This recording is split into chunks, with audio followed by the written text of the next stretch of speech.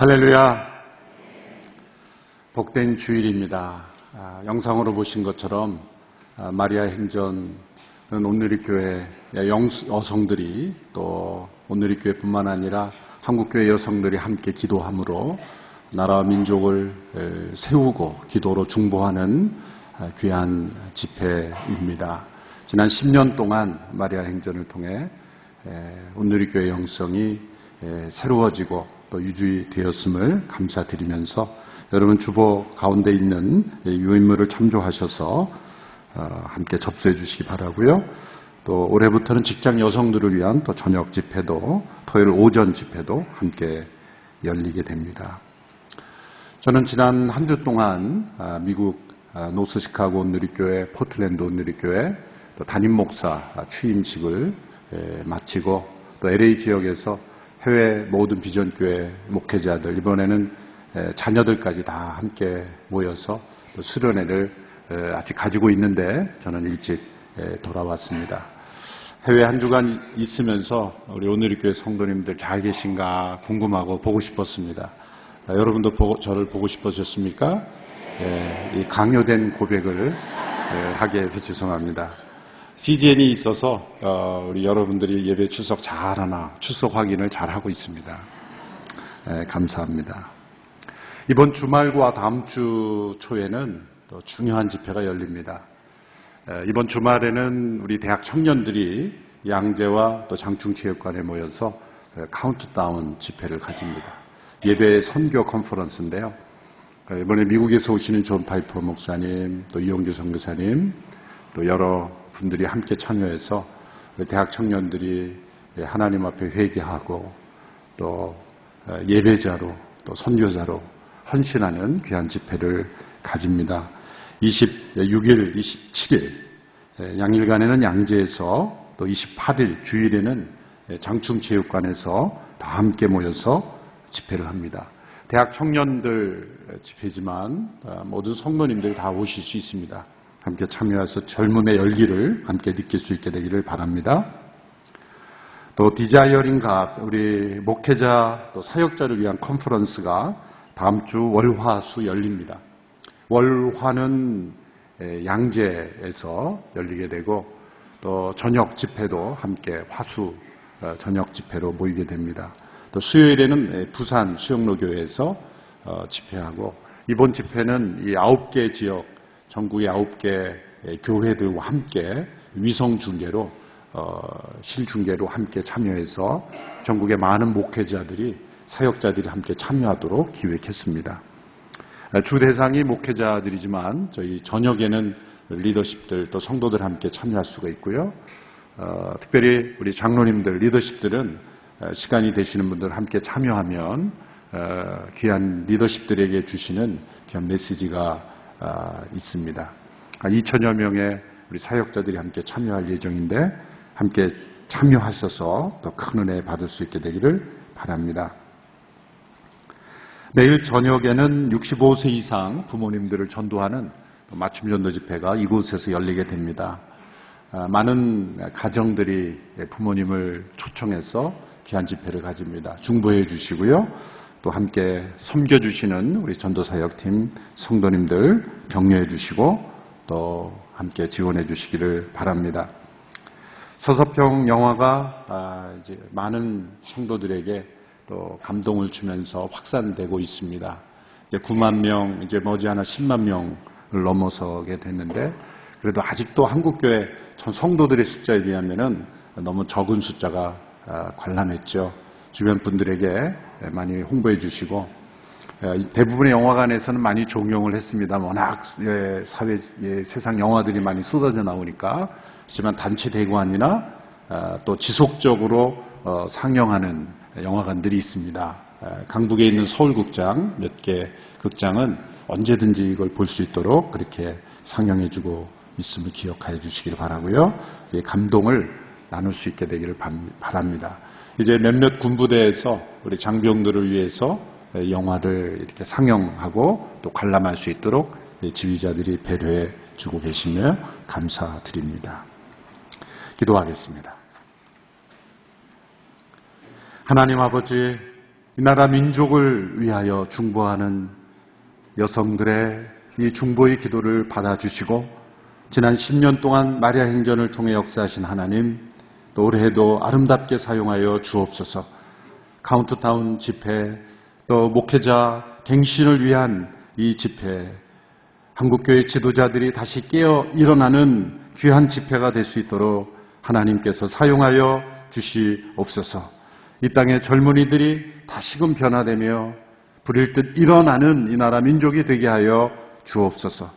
서서평 영화를 사용하여 주시고 다시 한번 귀한 선교사님의 삶을 통하여 우리가 도전받고 변화되게 하여 주옵소서. 내일 저녁에 있는 부모님 전도 집회를 주님께서 축복하셔서 귀한 부모님들의 삶 속에 예수 그리스도의 놀라운 은혜와 사랑과 구원의 축복이 임하는 계기가 되게 하여 주시옵소서. 하나님의 말씀에 귀를 기울입니다. 우리 모두에게 살아계신 주의 음성 듣게 하시고 역사 속에 일하신 하나님의 위대한 역사를 마음에 새기고 적용하며 삶이 변화되는 저희들이 되게 하여 주시옵소서. 예수님의 이름으로 기도하옵나이다. 아멘. 영적인 성숙이란 과거를 다르게 기억하는 법을 체득하는 것입니다. 얼마 전에 미국에서 사회복지학 박사학위를 마치고 한동대학교 교수로 부임한 이지선 자매님이 있죠. 전신에 화상을 입고 그 아름다운 얼굴이 다 망가져 버린, 그렇지만 그 쓰라린 고통과 과거를 다르게 기억하는 귀한 자매님이시죠. 여러 번 강의 간증을 들었습니다만 제 마음속에 잊을 수 없는 한 고백은 어느 날 하나님께서 과거의 얼굴로 너 되돌아가기 원하느냐, 할 수 있다면 그렇게 하겠느냐고 할 때 아니요, 나는 현재의 얼굴의 모습에 만족합니다 라는 그 고백. 우리 모두의 마음속에 돌이킬 수만 있다면 과거를 돌이키고 싶은 마음이 있지 않습니까? 우리에게 쓰라린 고통을 주었던 과거가 있다면 지우고 싶고 되돌리고 싶고 다시 과거로 돌아가고 싶은 그런 마음이 우리 모두에게 있지만 그 자매는 그 과거의 예쁜 얼굴로 돌아가지 않겠습니다.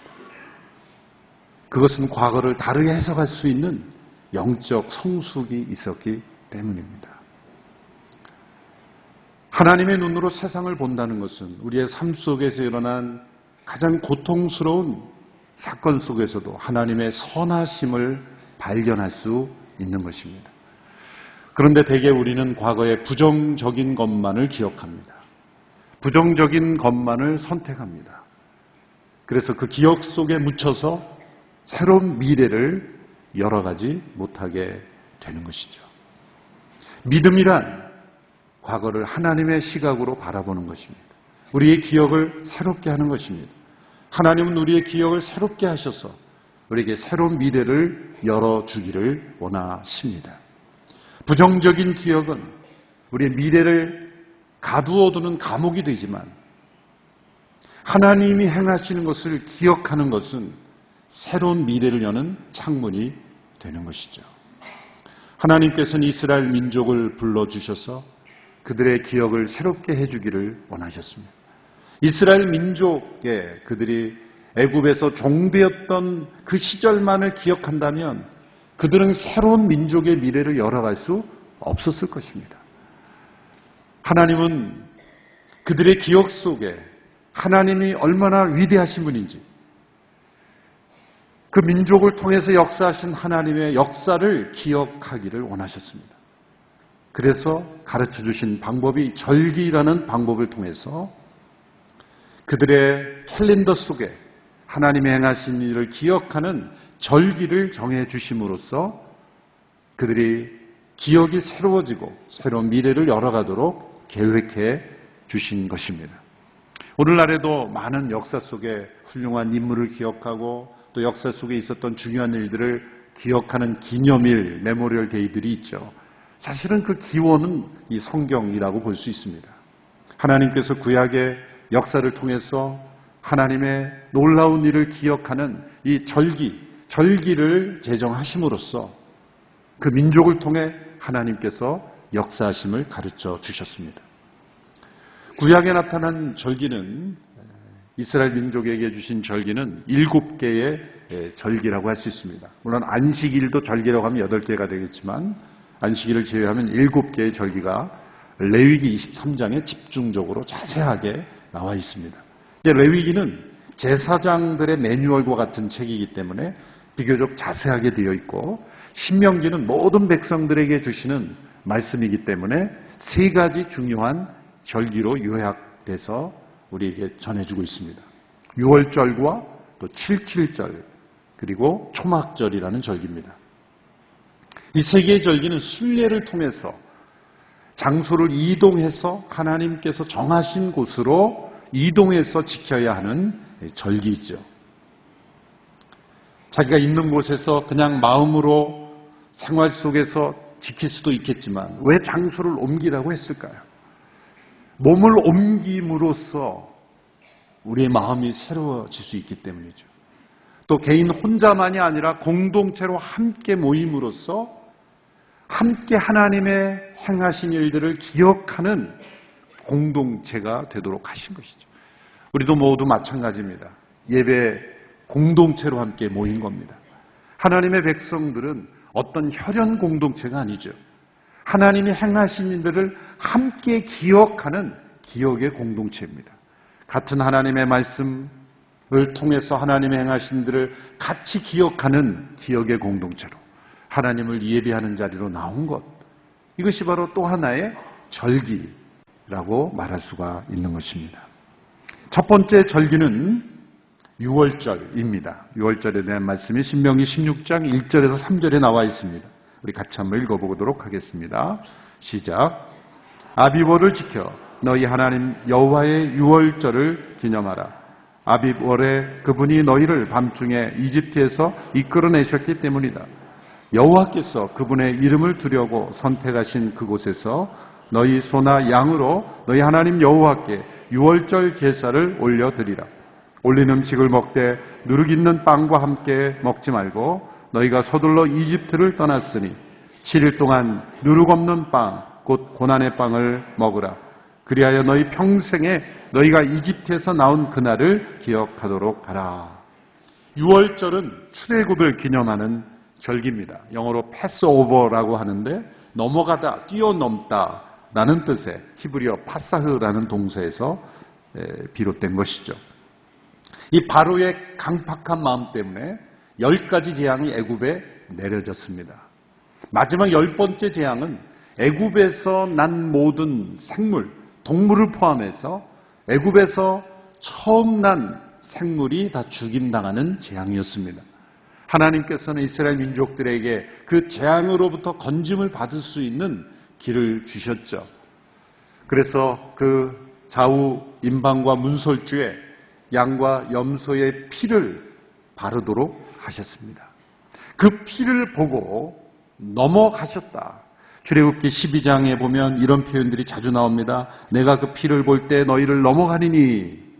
23절에 보면 여호와께서 두루 다니실 때 그 문을 넘으시고, 21절 이스라엘 자손의 집을 넘으시고 뛰어넘으실, 유월하다. 그런 데서 유월절이라는 단어가 나오죠. 출애굽은 민중 봉기를 통한 애굽 대탈출의 사건이 아닙니다. 오늘 역사책을 보고 또 사회 도서들을 보면 이스라엘 민족들이 힘을 규합해서 애굽을 대탈출하고 모세의 강력한 리더십으로 애굽으로부터 이렇게 탈출했다라는 표현을 쓰는 것인데 성경을 읽지 않은 것이죠. 출애굽의 사건은 민중 봉기를 통한 탈출 사건이 아니라 하나님의 사건입니다. 어린 양의 피를 보고 넘어가심으로 그 민족을 애굽에서 구원하신 신학적인 사건입니다. 이 출애굽을 기억할 때 그들을 애굽에서 이끌어낸 결정적인 사건, 그들을 구원하신 결정적인 사건, 그것은 그들의 문에 발라졌던 그 소와 염소와 양의 피, 그 어린 양의 피를 보고 넘어가신 사건, 어린 양의 대속의 사건을 기억하도록 하신 것입니다. 6월절 사건을 통해 이스라엘은 하나님의 백성으로 선택받은 민족에서 이제 더 나아가서 어린 양의 희생으로 구속받은 민족이 되는 것입니다. 6월절은 하나님께서 행하신 구속의 사건을 기억하는 절기이면서 동시에 이제 장차 오실 모든 인류를 대속하여 죽으신 어린 양 되시는 예수 그리스도를, 그분의 십자가의 사건을 예표하는 절기인 것입니다. 예수님은 6월절 어린 양이신 것입니다. 이 정월 14일 그 저녁이 6월절입니다. 그 다음 날부터 7일간을 누룩 없는 빵을 먹도록 했습니다. 너희들이 애굽에서 나올 때 누룩을 발효시켜서 맛있는 빵을 만들 시간이 없을 만큼 급박하게 나온 것처럼 누룩 없는 빵을 7일간 먹도록 해라. 이것을 가리켜 무교절이다 이렇게 부르는 거죠. 무교절. 신명기에는 무교절이 나와 있지 않지만 6월절과 무교절을 한꺼번에 설명했습니다. 다른 성경에서는 이렇게 분할해서 설명했지만, 그러니까 무교절은 6월절의 확장, 익스텐션이다 그렇게 말할 수가 있는 거예요. 그래서 6월절 절기로 통합해서 말하기도 하고 또 무교절로 나누어서 말하기도 하고, 신명기에서는 함께 6월절과 무교절을 함께 설명하고 있습니다. 엄밀한 의미에서는 6월절은 정월 14일 저녁이 6월절이고 그 다음날 15일부터 21일까지 7일간이 무교절인 겁니다. 누룩 없는 빵을 먹도록 하신 이유는 무엇입니까? 우리에게 거룩하고 순결한 삶을 요구하신 것이죠. 이 두 가지를 우리에게 적용하는 말씀이 고린도전서에 등장하고 있습니다. 5장 7절에서 8절의 말씀 우리 같이 읽어보겠습니다. 시작. 새 반죽덩이가 되기 위해 묵은 누룩을 제거해 버리십시오. 우리의 6월절 양이신 그리스도께서 희생되심으로 우리가 누룩 없는 반죽이 됐기 때문입니다. 그러므로 묵은 누룩 곧 악하고 해로운 누룩이 든 빵으로 절기를 지키지 말고 오직 순결함과 진실함 곧 누룩 없는 빵으로 지킵시다. 사도 바울을 통해서 우리에게 이 절기의 의미를 우리에게 적용해 주고 있는 것입니다. 우리 예수님은 6월절 어린 양이 되신 사건입니다. 우리가 믿는 예수님이 이스라엘 백성들이 애굽에서 건짐을 당할 때 그들이 문에 뿌렸던 그 어린 양의 피와 같이 우리의 인생 개개인의 삶에 임하는 하나님의 심판을 넘어가게 하는, 죽음이 우리를 넘어가게 하는 6월절 어린 양이 되셨다는 것. 예수님을 믿는다는 것은 우리가 6월절을 경험한 하나님의 백성이 된다는 것이다. 그러나 그 이후로 다가오는 무교절의 절기에게 우리에게 동일하게 요구되는 것이다. 어린 양의 피로 구속받은 사람들은 누룩 없는 빵을 7일 동안 먹어야 하는 것처럼 거룩함, 순결한, 그리고 진실한 누룩 없는 빵이 우리에게 되도록 요구하고 있다는 거예요. 신명기 16장 3절에 보면은 그 누룩 없는 빵을 고난의 빵이다 그렇게 했습니다. 왜 고난의 빵이라 표현했을까요? 고난을 통해서 우리가 누룩 없는 빵으로 변화되어 가기 때문입니다. 고난 없이 우리가 누룩 없는 빵이 될 수 있으면 얼마나 좋겠습니까? 그러나 대개는 고난 없이 정결케 되는 일이 없습니다. 고난 없이 우리의 누룩이 제거되지 않습니다. 왜 하나님께서 우리가 죽음을 경험하도록, 죽도록, 때로는 병들도록 허락하십니까? 때로는 이해하기 힘든 고난을 허락하십니까? 누룩을 제거하는 하나님의 방법인 것입니다. 하나님의 선물인 것입니다. 6월절 이어서 무교절이 옵니다. 그런데 그 사이에 또 하나의 절기가 있죠. 오늘 본문에는 나타나지 않지만 그 사이에 있는 초실절, 첫 번째 열매의 절기다라는 절기가 있습니다. 이 절기는 6월절과 무교절 기간 중에 안식 후 첫날, 안식 후 이튿날에 지키는 절기입니다. 6월절과 무교절 사이에 그 안식일이 있는 경우에 안식 후 첫날이 바로 첫 번째 열매를, 그때는 바로 보리 추수가 시작되는 기간이거든요. 첫 번째 그 보리추수단을 하나님 앞에 드리는 절기라 그래서 초실절, 첫 번째 열매의 절기라 이렇게 부르는 것입니다. 여기에 놀라운 의미가 있습니다. 예수님께서 6월절 어린 양 되신 예수님께서 십자가에 못 박혀 죽으시고 안식 후 첫날 부활하셨죠. 첫 번째 열매의 절기는 바로 예수님의 부활을 예표하는 절기였습니다. 고린도전서 15장 20절에 사도 바울은 이렇게 예수님의 부활을 설명했습니다. 이제 그리스도께서 죽은 자 가운데서 다시 살아 잠자는 자들의 무엇이 되셨다 그랬습니까? 첫 열매가 되셨다. 이 첫 열매라는 것은 초실절을 의미하는 단어를 사용한 거예요. 첫 열매라는 건 무엇을 의미해요? 두 번째, 세 번째 열매가 있다는 거예요. 그 뒤에 열매들이 나온다는 겁니다. 추수의 시작이 의미하는 것은 계속해서 추수가 된다는 것이죠. 예수님께서 부활하신 것은 예수님만의 부활이 아니라 예수님 부활이 첫 열매가 되어서 이제 부활의 능력이 모든 예수 그리스도 안에 있는 사람들에게 주어진다. 6월절은 예수님의 십자가의 사건을 의미하는 것이고, 그리고 6월절에 이어진 그 무교절, 그리고 초실절은 예수님의 부활의 은혜를 우리에게 예표해 주는 것입니다. 보리추수가 시작되는 그 사건, 추수의 시작이 예수님이 바로 하나님 나라가 이 땅에 예수님이 오심으로써 십자가에 못 박히셨으나 부활하심으로 우리에게 놀라운 구원의 하나님 나라의 추수의 시작을 우리에게 알려주신 사건. 이것이 이스라엘 역사에서 정해준 하나님의 절기가 장차 오실 예수님을 예표해주며 또 우리에게는 그 그리스도께서 이루신 그 구원의 성취를 선물해 주시는 절기입니다. 두 번째 절기로 넘어가 보겠습니다. 두 번째 절기는 77절입니다. 16장 9절에서 11절의 말씀 같이 읽어보겠습니다. 시작. 7을 세는데 너희가 곡식의 낫을 대는 그날부터 7주를 세라. 그리고 너희 하나님 여호와께서 너희에게 주신 그 복의 양대로 낙헌제를 드려 너희 하나님 여호와 앞에서 77절을 지키라. 또 너희 하나님 여호와 앞에서 그분이 당신의 이름을 둘 곳으로 선택하신 그곳에서 기뻐하되 너와 내 아들, 딸들과 내 남종들과 여종들과 내 성안의 레위 사람들과 너희 가운데 사는 이방 사람들과 고아들과 과부들과 함께 즐거워하라. 곡식의 낫을 대는 그날, 이게 바로 초실절, 제가 설명해드린 첫 열매. 곡식의 낫을 대는 그날이니 첫 열매가 나왔겠죠. 첫 번째 보리추수의 낫을 대는 그날에 나온 그 단은 하나님께 드리는 거예요. 부활을, 예수님의 부활의 첫 열매를 상징하는 거예요. 그날로부터 카운트해서 7주를 세는 거예요. 7일을 한 주로 해서 7주를 세니 77절, 여기서 나온 거예요. 우리 말로 번역을 그렇게 한 거죠. 77절이다 이렇게 번역을 한 것입니다. 49일 77절이 되고 그 다음 날이 되는 50일째 되는 날이 오순절.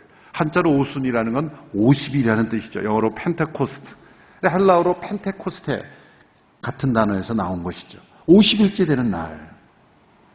그러니까 이 77절은 보리추수가 시작되는 첫 번째 열매를 거둔 날로부터 시작해서 7주째 되는 49일째가 77절이고 그 다음 날이 오순절, 50일째 되는 날이 되는 것입니다. 자, 중요한 것은 그 의미입니다. 보리추수가 시작되고 50일째가 됐으니 이제는 뭐예요? 추수의 절정에 이르게 되는 거예요. 추수의 절정. 풍성한 보리추수가 절정에 이르게 된 때가 바로 이 77절, 오순절에 이르게 된 거예요. 이 보리추수가 풍성하게 됐으니 기쁨이 찾아오는 것이죠. 그래서 이 오순절 혹은 77절을 다른 단어에서는 맥추절이다. 보리 맥자를 써서 맥추절이다. 맥주절이 아니라 맥추절이다. 맥추절 잘 기억하십시오. 그러니까 이 77절은 오순절이라고 부르기도 하고 맥추절이라고 부르기도 하고 이렇게 다 이렇게 다른 단어를 써서 좀 헷갈려서 오늘 정리를 좀 해드리려고 합니다. 그날은 보리추수에 풍성함을 인하여 가족뿐만 아니라 남종, 여종, 이방인, 레위인, 고아와 과부들 모든 이들이 함께 풍족함을 나누는 이 추수의 절정의 기쁨을 즐거워하는 절기입니다. 오늘 본문에 보면 낙헌제가 영어로 free will offering, 자유의지로 드리는, 자원함으로 드리는 제사다. 낙은 기쁠 낙, 헌은 드릴 헌자. 기쁨으로 자원함으로 드리는 그런 제사. 이건 제사의 종류가 아니라 제사의 한 형태와 태도를 의미하는 단어죠.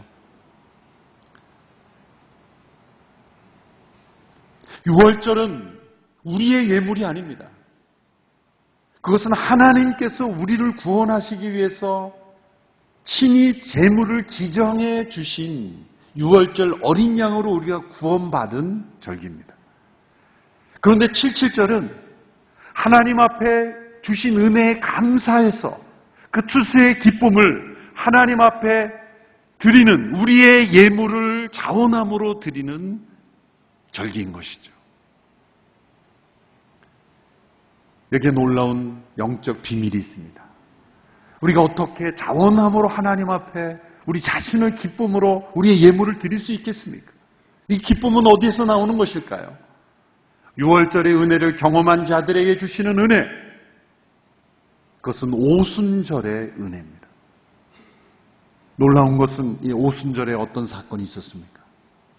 오순절, 그럼 우리가 떠오르는 단어가 성령님의 임재하심, 강림하심 사건이에요. 사도행전 2장에 보면 마침내 오순절이 이르렀을 때 그들이 모두 한 곳으로 함께 모여 있었습니다. 그때 하늘로부터 급하고 강한 바람 같은 소리가 있었고 그들이 앉아있던 온 집을 가득채웠습니다. 예수님께서 부활하신 이후에, 부활을 상징하는 절기는 초실절이라고 그랬죠. 부활하신 이후에 40일 동안 제자들에게 나타나셨어요. 그리고 40일 동안 제자들에게 나타나시면서 떠나시면서 승천하시면서 뭐라 그랬습니까?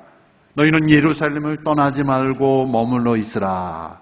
너희가 몇 날이 못되어 성령으로 세례를 받으리라. 그러니까 몇 날이 못되어 성령으로 세례를 받으라 그랬을 때 며칠 후에 어떤 절기가 오고 있었어요? 오순절이 오고 있었다는 거예요. 그러니까 그 몇 날은 10일이다. 이렇게 우리가 정확하게 계산할 수가 있는 거예요. 40일 동안 제자들과 함께 있었죠. 이제 예수님이 부활하신 이후에 예수님이 유월절에 십자가에 못 박히셨어요. 정확하게 그 절기 때 유월절 어린 양처럼 유월절에 수많은 사람들이 예루살렘에 모여 있을 그때에 수많은 양을 잡고 염소를 잡아 제사를 드리는 그 유월절 순례의 절기 때 예수님이 예루살렘에서 성문 밖에서 유월절 어린 양처럼 죽임을 당하신 유월절을 성취하신 거예요. 유월절이 지난 안식 후 첫날 예수님은 3일 만에 부활하심으로 초실절을 성취하셨죠. 그로부터 50일이 되는 오순절이라는 절기가 있었어요. 사실 사도행전 2장을 명확하게 보면 왜 제자들이 그 성령의 그 강림을 받았는가? 그들이 간절히 기도했기 때문인가? 아닙니다, 사실은. 그날이 오순절이었기 때문이에요. 성령 강림이 예정되어 있었고 그 절기를 통해 오시는 사건이 예언되어 있었다는 거예요. 그날이 오순절이었기 때문이에요. 그날 그들이 함께 모여있을 때, 오순절을 지키기 위해 함께 모여있을 때 오순절이 예표하던 성령의 강림 사건이 일어난 것입니다. 오순절이 추수의 절정이듯이 성령 강림을 통해 이제 추수의 절정이 도래하게 된 거예요. 위대한 추수가 시작이 된 것입니다. 사도행전에 보면은 수천 명이 집계로 돌아오고 이제 수만 명, 수십만 명으로 복음이 확산됨으로써 영적 추수의 절정이 이르게 된 것입니다. 그로 말미암아 성령 충만을 받은 자들은 기쁨으로 자원함으로 자신의 삶을 드리고 물질을 드리고 시간을 드리고 하나님의 나라를 위하여 기쁨으로 자원하는 예물을 드리는 이 오순절의 은혜가 일어나게 된 거예요. 유월절은 고난의 빵이었지만 오순절은 기쁨의 빵이 된 것입니다. 성령 안에서 그 기쁨의 빵을 하나님 앞에 드릴 뿐만 아니라 가족과 이웃과 연약한 지체들과 함께 기뻐하며 즐거워하는 절기인 것입니다. 유월절은 누릴 수 없는, 6월절에서는 누릴 수 없는 그 기쁨을 누리는 것입니다. 사도행전적 교회는 이 오순절에 성령의 임재하심을 기뻐하고 즐거워하고 자원하는 마음으로 삶을 나누는 이 자원함이 가득한 교회가 바로 사도행전적 교회요, 오순절적인 신앙인 것입니다. 이것이 바로 칠칠절 혹은 오순절 혹은 맥추절이라는 절기에 담긴 영적 의미. 이것은 성령 강림을 통해 성취된 것이에요. 세 번째 절기는 바로 초막절입니다. 오늘 보면 13절에서 15절의 말씀을 같이 읽어보도록 하겠습니다. 시작. 너희가 타작마당과 포도주 틀에서 난 것을 거둬들인 뒤 7일 동안 초막절을 지키라. 초막절을 기뻐하되 너와 내 아들, 딸들과 내 남종들과 여종들과 내 성 안에 있는 레위 사람들과 이방 사람들과 고아들과 과부들과 함께 기뻐하라. 7일 동안 여호와께서 선택하신 그곳에서 너희 하나님 여호와께 그 절기를 지키라. 너희 하나님 여호와께서 내 모든 수확물과 내 손으로 하는 모든 일에 복을 주셔서 내 기쁨이 온전해질 것이다. 자, 6월절과 무교절 사이에 있는 초실절로부터 추수의 시작 시즌이었습니다. 오순절에는 추수의 절정이었습니다. 이 초막절은 무엇이겠습니까? 추수의 완성입니다. 추수의 완성. 다작마당과 포도주렛에서 난 것을 거둬들인 후 이렇게 됐죠. 이것은 추수의 끝을 의미하는 거예요. 6월절이 예수님의 십자가와 부활을 의미하고 7.7절과 오순절이 예수님의 그 성령의 오심을 예표한다면 초막절은 무엇이겠습니까? 그것은 아직 이루어지지 않은 거예요. 아직 이루어지지 않은 겁니다. 이것은 종말의 최후의 심판에 이루어질 영광스러운 미래를 예표하는 것입니다. 예수님이 다시 오셔서 수많은 열매의 추수를 마무리 짓는 추수의 완성을 의미하는 것입니다. 모든 소출을 다 거둬들이는 타작마당에서 모든 소출을 다 정리해서 가라지는 불에 태워버리고 알곡은 곡간에 모아들이는, 그래서 수장절이다, The Feast of Ingathering, 수장절이다, 수전절이다, 그런 표현을 쓰기도 합니다.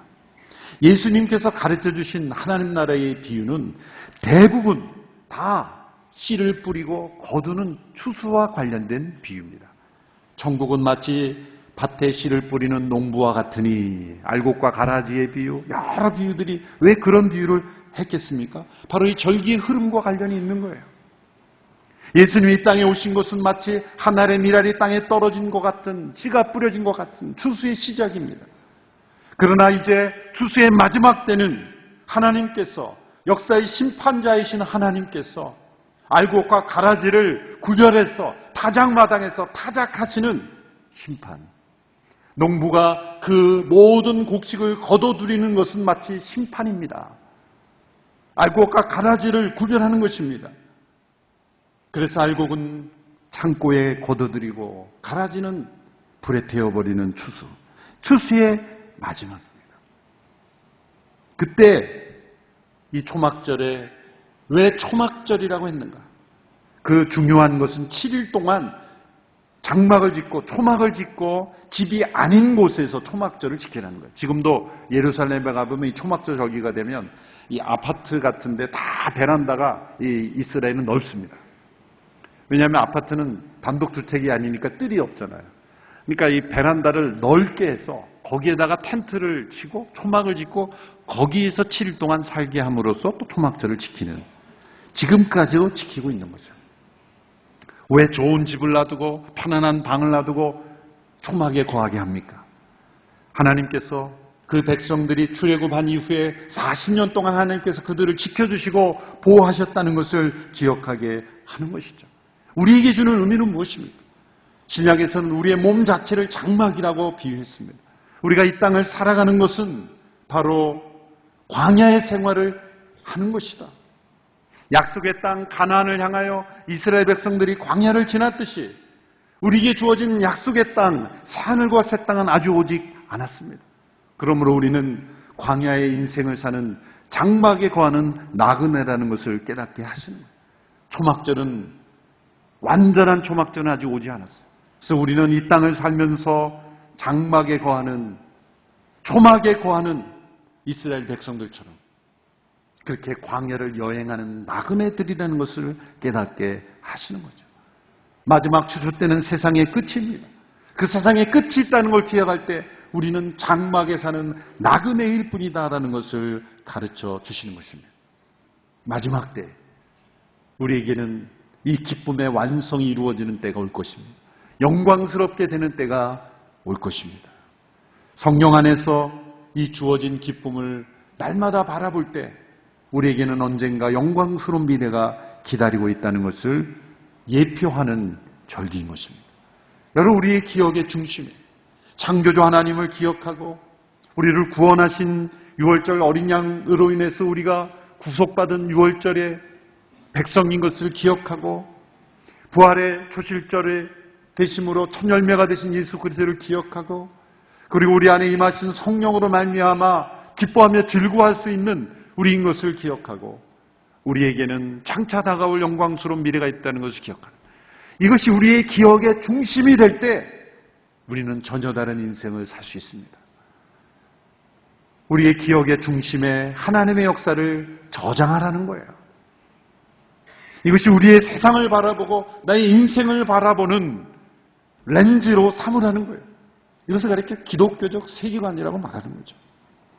역사 속에 이루어진 하나님의 역사를 기억하며 살아갈 때 놀라운 것은 우리의 삶 속에 기대가 있습니다. 그리고 기쁨이 있습니다. 하나님의 행하신 일을 기억하는 사람에게는 늘 소망이 있어요. 늘 기대가 있는 거예요. 그리고 기쁨이 있습니다. 하나님의 역사를 기억함으로 이 땅을 기쁨으로 살아가는 우리 모두가 되기를 축원합니다. 이 구약의 절기는 역사 속에 사라지는 유물이 아니라 우리 매일매일의 영적인 삶에 체험되는 영적 절기입니다. 이 거룩한 절기를 우리의 삶 속에 기억함으로써 하나님의 백성으로 살아가는 우리 모두가 되기를 주님의 이름으로 축원합니다. 기도하겠습니다. 하나님 아버지, 부정적 기억에 매여 사는 저희들, 우리에게 절망을 주고 슬픔을 주고 아픔을 주었던 기억 속에 매여 사는 인생이 아니라 하나님께서 행하신 놀라운 역사를 기억하는 삶이 되기를 원합니다. 거룩한 절기를 기억함으로 하나님께서 역사 속에 이루시고 우리의 삶 속에 이루신 일들을 기억하며 미래를 향하여 나아가는 저희들이 되게 하여 주옵소서. 순례자로 살게 하여 주옵소서. 거룩한 나그네로 살게 하여 주옵소서. 날마다 영적 체험이 가득한 인생으로 살게 하여 주시옵소서. 예수님의 이름으로 기도하옵나이다. 아멘. 다 같이 일어나셔서 함께 봉헌 찬양 드리겠습니다.